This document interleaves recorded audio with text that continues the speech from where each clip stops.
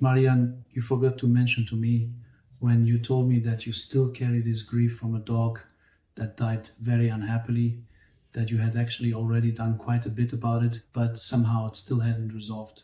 That just came up in the course of things, and then I briefly worked with you on it. Yes, it was like this. I had been experiencing this pain for almost 3/4 of a year now, as you said, as a result of a very unfortunate circumstance. And it manifested in such a way that every night I would get this incredibly piercing pain in my shoulder. I actually did a bit of research on it. We tried to massage it away, but that didn't work at all. We just weren't getting anywhere with it. And then at some point I heard that grief can actually manifest itself in the left shoulder. So yesterday I said to you, Mo, would you mind taking a look at my shoulder? Yeah, you told me that you had done some research and heard that it can get stuck in the shoulder. Exactly. And in fact, after just 10 minutes of your treatment, we were done. We were done. Actually, a really deep sob came out of me right away too. But when you mobilized my shoulder using the 3D method and told me to really go into that feeling. That also comes from the fact that I've learned how to deal with emotional topics and guide people so they can truly let go. Exactly.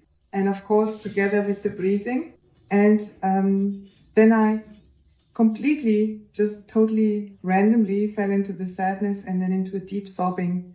And you kept guiding me through it. Deep letting go. Into this deep letting go. And I was supposed to look at the situation that moved me the most. Which often happens with these kinds of issues, that you end up gasping and crying and something happens, but you don't really let the flow through. And that's when you need someone who can actually bring about that flow. Yes, we got it flowing. And then afterwards, we used a few emergency drops.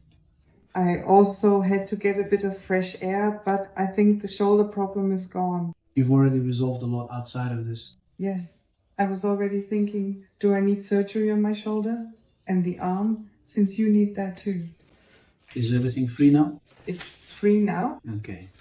So, hey, it works. Fit for fun.